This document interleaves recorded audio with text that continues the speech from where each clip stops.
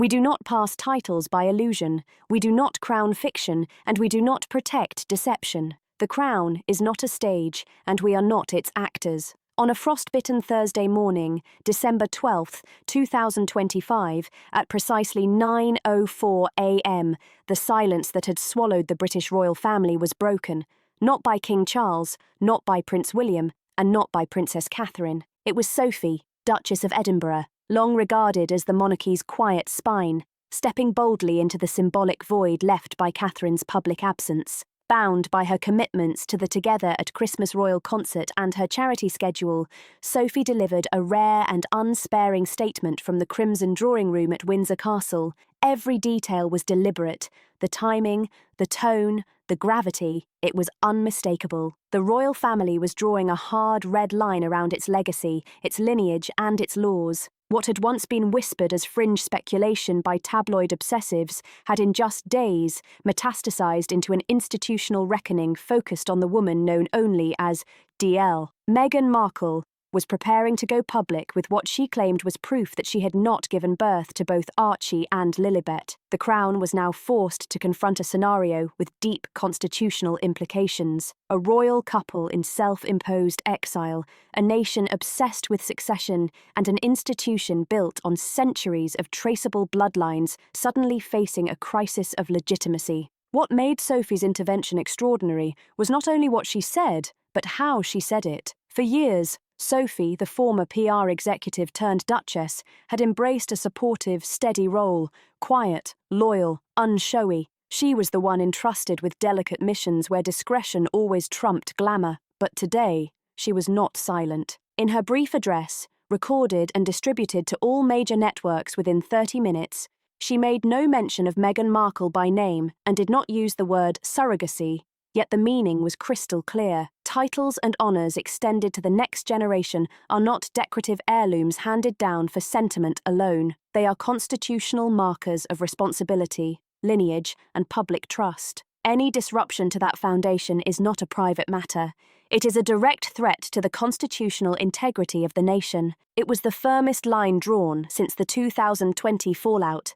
But this time, no olive branch was offered. This was not the royal family attempting to manage public perception or control a story. This was the Crown asserting the rules of its own survival. Princess Catherine, the family's modern icon of steadiness, was not the one delivering the message. Sources confirm she was in final rehearsals for the Together at Christmas concert at Westminster Abbey, hosting war widows, refugee children, and NHS frontline workers for a high-profile event to be broadcast on Christmas Eve. According to insiders, her absence was not avoidance, but prioritization. She carries the symbolic heart of the monarchy this December, while Sophie speaks on matters of protocol, bloodline, and succession. And despite Catherine's immense popularity, Sophie's authority is undeniable. As the wife of Prince Edward and the only daughter-in-law personally mentored by Queen Elizabeth II, Sophie's role has always been rooted in institutional memory. It was no accident that she,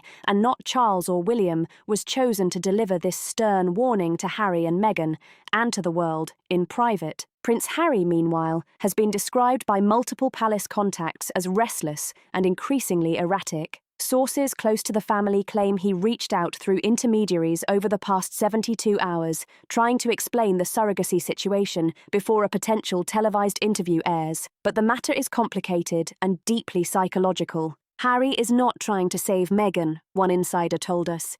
He is trying to save his children's titles. His only negotiation is not about public reconciliation. It is about preserving royal legitimacy. If that collapses, so too does his children's connection to royal power. That nuance is crucial. The once insurgent royal, who claimed he wanted nothing to do with the monarchy, is now reportedly desperate to preserve the royal status of Archie and Lilibet. Even if it means re-engaging with the very system he once rejected, he is playing both sides, denouncing the institution in media narratives while lobbying privately for favours, according to sources. His recent approach is cautious but transactional. A quiet offer to relocate to Windsor for a reset, a willingness to step back from press activity, and even a rumoured formal letter to Charles offering total media withdrawal in exchange for guarantees that Archie and Lilibet's titles remain untouched. So far, there has been no response from the monarch, but Sophie's statement speaks louder than any reply ever could. Unlike Harry, Meghan Markle has gone dark. No social media posts, no public appearances, no podcast teasers. Hollywood insiders say projects attached to her name, including a planned Netflix docuseries on motherhood, are paused indefinitely. The Duchess of Sussex has always been deliberate in her image-making, but this silence, according to former colleagues, is not strategy. It's survival. She has no playbook for this, one former consultant noted. She isn't fighting the narrative because she has lost control, and once evidence surfaces, spin won't matter anymore. Multiple former staffers describe Meghan's psychological profile as centered on narrative construction, a deep need to frame, contextualize, and emotionally justify her choices. The surrogacy cover-up, if true, was never about malice. It was about control, presentation, and protection, both of image and influence.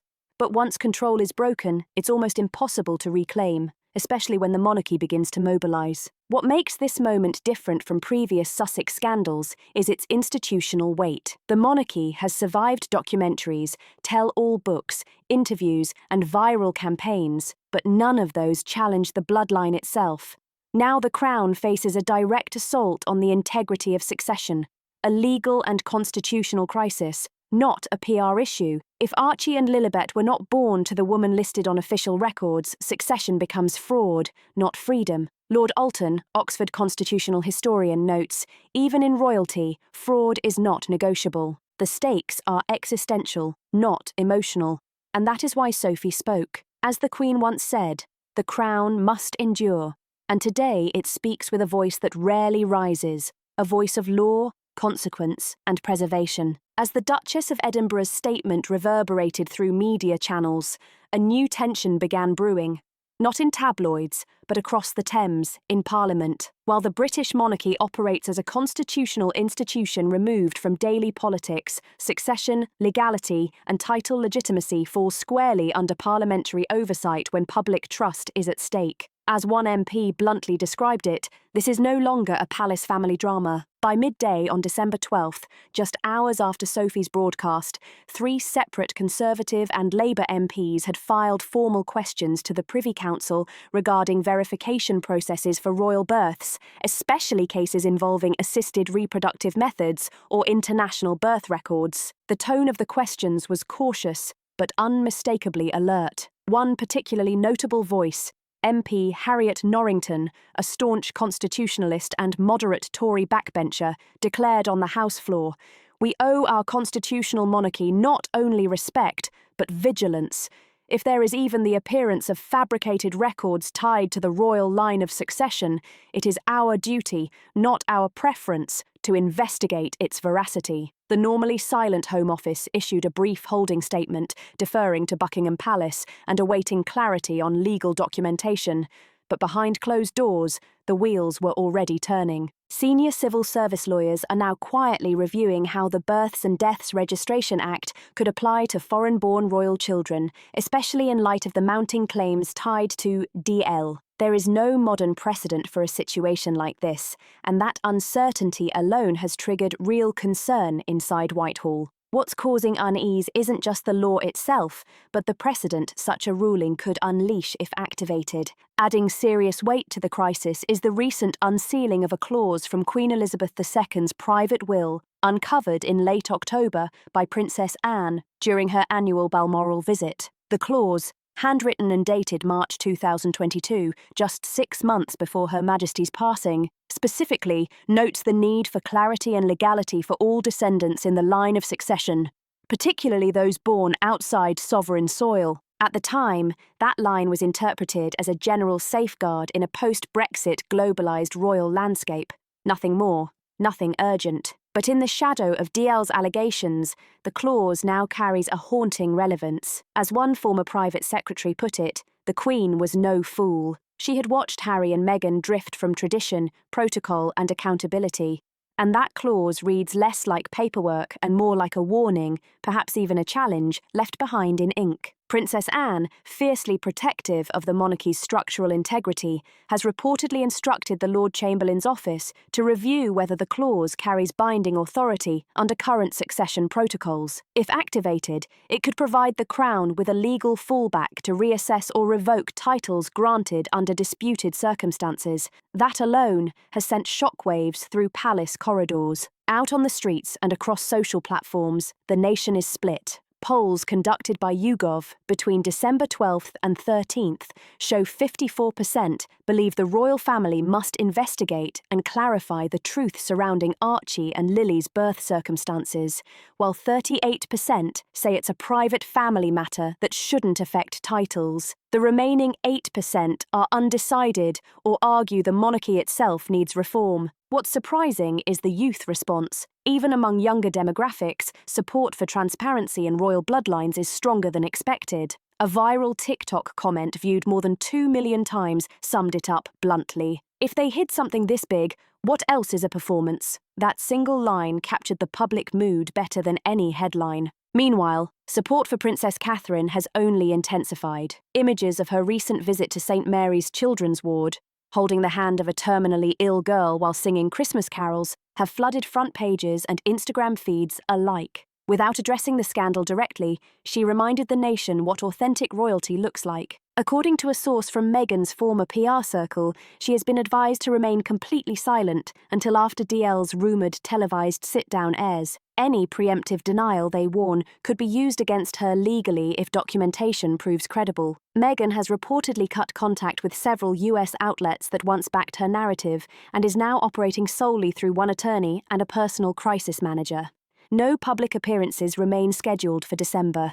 Even the annual Archewell Foundation holiday message has been postponed, but the silence may be backfiring. Inside Montecito, tensions are reportedly escalating, with Harry blaming Meghan's team for letting the situation spiral, and Meghan accusing Harry of cracking under pressure. Both now appear to realise that the game they were playing, balancing public image against institutional resistance, has escalated beyond strategy and into the realm of evidence and legality. And for once, the Crown is not waiting quietly in a private room deep inside St. James's Palace. Beneath portraits of long-dead sovereigns and oil-lit chandeliers, a small group of advisors, constitutional lawyers, and military liaisons gathered at Princess Anne's request. The tone was brisk. The agenda was blunt. The question was no longer if DL would go public with evidence, but when and how the Crown would respond legally and symbolically once it happened. As the monarchy's longtime enforcer, Anne has remained detached from the emotional chaos of the Sussex drama. Where others hesitated, she hardened. With Sophie having drawn the public line, Anne has now been tasked with fortifying the institutional barricades behind it. This is no longer about scandal, it's about sovereignty, she reportedly told aides. If the bloodline is not guarded, then the House of Windsor is merely theatre. By December 13th, Palace legal teams had begun assembling what insiders are calling the Bloodline Sovereignty Addendum, an internal doctrine outlining documentation, verification, and disclosure requirements for future heirs born outside direct sovereign oversight. Though unofficial for now, the document is already circulating among senior royals. The addendum would require independent medical verification for royal births tied to succession, public disclosure if assisted reproductive methods are used, and clear disqualification protocols for heirs born under false or obscured maternal claims. While some see this as a veiled strike at Meghan, insiders insist it's a preventative firewall written in law, not vendetta. Quietly, changes are already underway. Archie and Lilibet's honorary military associations, ceremonially granted during the 2021 Platinum Jubilee,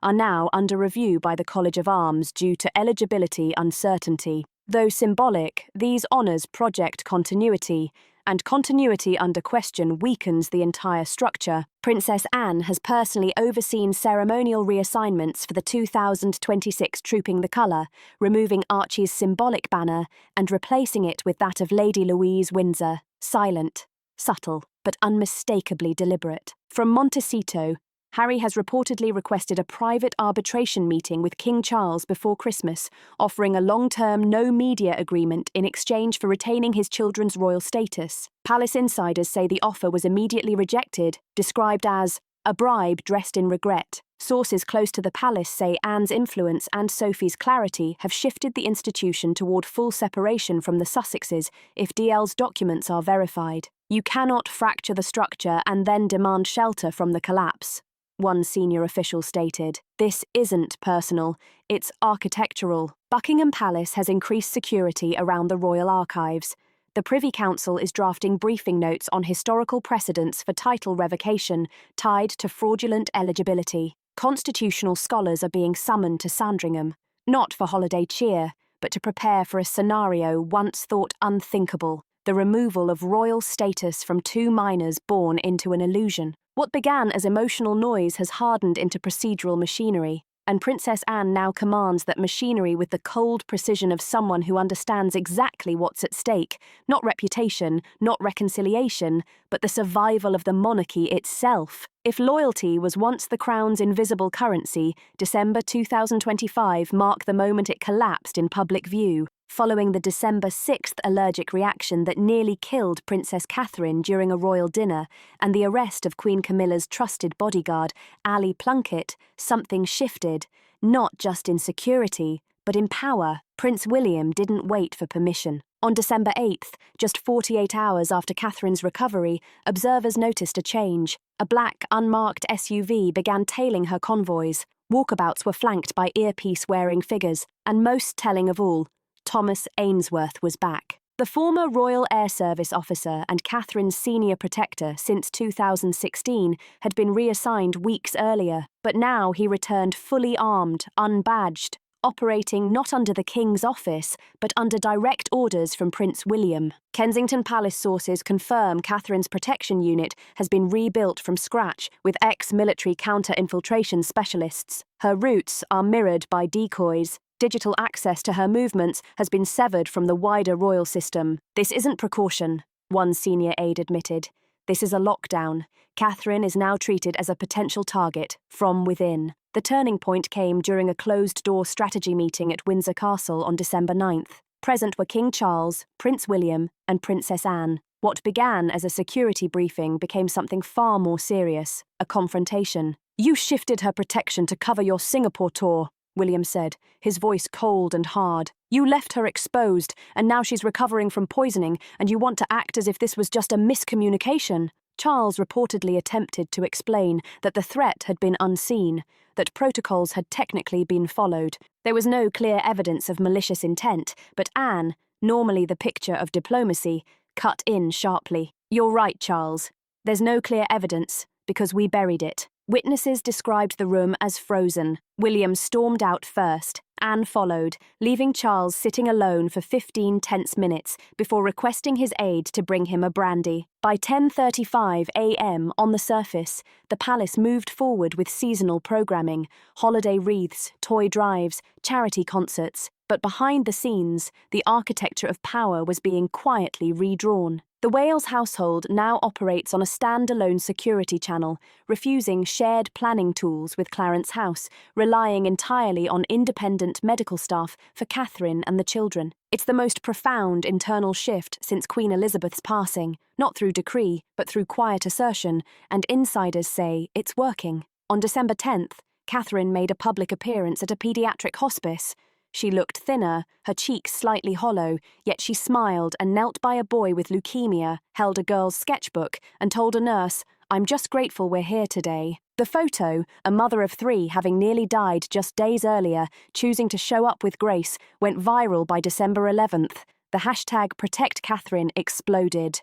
Social media, particularly TikTok, dissected the timeline, the security shifts, and side-by-side footage showing Catherine's appearances before and after the allergic reaction. One viral comment captured the nation's mood. "They tried to silence her. She answered by standing taller." Public polls indicated 72% of Britons believe the palace is hiding something. 65% supported William's decision to rebuild Catherine's personal guard. Only 18% believed Camilla should remain active in royal duties. Then came a headline in the Daily Mirror: "The princess has her own army." As these shifts unfolded, one figure disappeared entirely: Camilla. Since December 7th, the Queen Consort has not been seen publicly. Her calendar is cleared, and her office refuses all comment.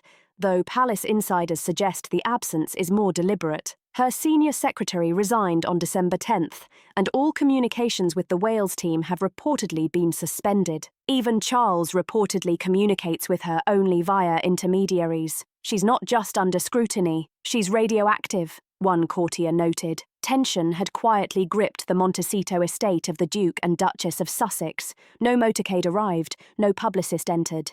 The gates remained sealed. According to sources close to their legal team, Meghan Markle had gone completely silent. This silence isn't just public, it's internal. Once there was media coordination, calendar management, and narrative steering. Now, there is only triage. The Archewell Foundation has paused all year-end press engagements. A planned wellness brand partnership was abruptly cancelled. Netflix, once enthusiastic about a second docuseries, went dark. The Duchess, once a commanding presence in every room, now spends hours alone in the library. She knows what's coming. Across the Atlantic, DL, the woman at the centre of the surrogacy storm, is preparing to go public. Her televised interview is scheduled with legal confirmation that documents will be released simultaneously to the press. Hospital records, clinic logs, financial transfers, and most damningly, an NDA co-signed by a senior aide in Harry's office in late 2018. For all their experience managing scandal, the Sussexes now face something categorically different. Not opinion, not rumour, but evidence. Sources confirm Harry and Meghan are no longer presenting a united front behind closed doors. The unravelling began in early December, shortly after Sophie's Windsor statement. Harry was reportedly enraged that Sophie, not Charles or William, became the face of discipline. He saw it as a deliberate slight toward Meghan. Meghan, meanwhile, turned inward. Understanding the peril this posed to her carefully crafted image, sources say she blamed Harry, telling him he should never have trusted DL, that he failed to contain the secret. In response, Harry lashed out, not at Meghan, but at the palace. On December 9th, he allegedly attempted to reach William through an informal intermediary, seeking what he called a brother's clarity. William declined, closing the final door. Meanwhile, in a private London townhouse, DL's team rehearses history. The woman whose identity remained secret for 6 years is now fully protected by legal counsel, private security, and international media contracts. Her interview will air live, unedited, unfiltered, and will include the simultaneous digital release of over 70 pages of evidence detailing the arrangement. Items reportedly in her possession include ultrasound scans dated 4 months before Archie's official birth announcement, direct emails from a palace-linked intermediary discussing identity firewall travel logs, confirming DL's presence in Colorado during Meghan's alleged due date, and even Harry's initials on patient intake forms under the intended father section. Perhaps most damning, a 2-page memo drafted by a UK legal team hired by Meghan in early 2019. It outlines potential fallout if birth secrecy were ever exposed, including the now viral legal line, "Perception is reality until documentation proves otherwise." This is no longer a domestic story. American media, including CNN, The New York Times, and The View, have picked up the scandal, framing it as a transatlantic collapse of royal credibility. Questions are being raised about Lilette's US birth registration, which lists Meghan as the mother. If proven false, legal experts warn, it could trigger fraud investigations affecting visas, charitable registration, and business filings. In Canada, where Harry and Meghan briefly resided in 2020, politicians are pushing for a review of any tax benefits or security protections that may have relied on false claims of royal status. Buckingham Palace remains officially silent, but lawyers are quietly drafting contingencies for full royal title revocation. At the centre of the collapse is a psychological portrait of 2 people on divergent paths. Harry, insiders say, is haunted. He sleeps irregularly, wanders the gardens at night, and has been spotted alone in public for the first time in over a year. Friends describe a man undone by silence. He never wanted this. He wanted protection, privacy, a clean break. What he got was chaos, alienation, and now the possible legal erasure of his children from the royal line. Meghan, by contrast, remains defensive but calculating. Her silence is not grief. It's strategy, a waiting game. A refusal to legitimize the scandal until it goes fully public. She believes she can recover, focusing on Netflix, future deals, and controlling the narrative once the worst passes. but even Hollywood is pausing. A planned biopic-style limited series on her motherhood journey has been quietly dropped. Investors in her lifestyle brand, American Riviera Orchard, have withdrawn, citing reputational volatility. The very machine that once uplifted her is turning away, not from scandal, but from uncertainty. As DL rehearses, producers wire cameras and anchors prepare, one truth is unavoidable. This is the moment the illusion ends. For the Sussexes, who built a post-royal identity on authenticity over tradition, the consequences will be poetic. Tradition now fights back with law, protocol, and evidence. In 3 days, Bill speaks. The story will no longer belong to Harry or Meghan, it will belong to history. Westminster glowed beneath an overcast sky as MPs entered the House for a special closed session on constitutional continuity. Conversations rarely spoken aloud unfolded, not diplomacy, not foreign policy, but lineage, legal recognition, and the limits of royal trust. For the first time in over a decade, Parliament seriously considers reviewing royal succession documentation, especially for heirs born abroad or under non-traditional circumstances. The trigger: DL's expected revelation of forged maternal records and private arrangements potentially bypassing UK registration laws. This is not rebellion, it is restraint. The government remains loyal to the monarchy, but must now weigh legality. At the same hour, King Charles III left London for Sandringham, declining all scheduled meetings. Officially, it's seasonal rest, but insiders say he's preparing emotionally and constitutionally for a crisis not seen since Edward VIII's abdication. Reports suggest he will spend the coming days in seclusion, surrounded only by close legal counsel, Princess Anne, and a private secretary from his late mother's staff, trusted bridges to Elizabeth II's era of discipline. Meanwhile, Duchess Sophie remains quietly in Windsor, preparing a Christmas address expected to be delivered on behalf of the Queen Consort's office. A historic moment unfolded as this became the first time a non-monarch, non-consort woman addressed the nation on Christmas Eve. Sources confirm her speech will focus on truth, stability, and enduring responsibility, but behind the polished and elegant language lies the clearest warning yet. The crown will not bend, not for convenience, not for scandal, not for sentiment, not even for family. At 8 p.m. London time, the world tuned in as DL finally stepped into the light. Seated across from a respected BBC anchor, in a room stripped of royal glamour or sensationalism, she told her story with measured emotion but surgical precision. Her words were backed by documents, scans, signatures, confidential clinic logs, and assigned directives confirming that Meghan Markle was never the woman who gave birth to Archie or Lilibet. I was told my name would never be known. I was told they'd protect me, but once the babies were born, I was erased, she revealed, voice steady, eyes unwavering. The broadcast ran 42 minutes, and by the third minute, royal birth truth was trending in 13 countries. Within hours, CNN ran a breaking special titled Succession Under Fire, and France Lamont called it a constitutional fracture. The New York Times released an editorial, The Price of Royal Illusion, focused on the UK fallout. Parliament confirmed it would open an independent inquiry into royal birth registrations linked to succession titles. Members from both parties demanded clarity, not just on the Sussexes' actions, but also on any royal aides complicit in the alleged cover-up. The palace issued a 4-line statement. "We have taken note of the public claims made this evening. We remain committed to upholding the dignity and continuity of the Crown." No further comment at this time. Behind the scenes at Windsor, however, sources report a storm of preparation. Legal teams are drafting what could become the most consequential royal decree of King Charles's reign. A formal revocation of all succession rights and titles for Archie and Lilette is reportedly pending the outcome of the inquiry. As the credits rolled on DL's interview, she delivered one final line. "This isn't revenge, this is identity, and they knew it from the start." The monarchy, once shielded by myth and silence, now stands exposed. Its future is not destroyed, but rewritten, not with rage, but with records, with proof, with accountability. This moment will echo through history, a turning point for succession, transparency, and the legacy of the crown. If you found this breakdown shocking and eye-opening, don't forget to like, subscribe, share, and comment below. Let us know what you think about this historic revelation. It's too big to stay quiet.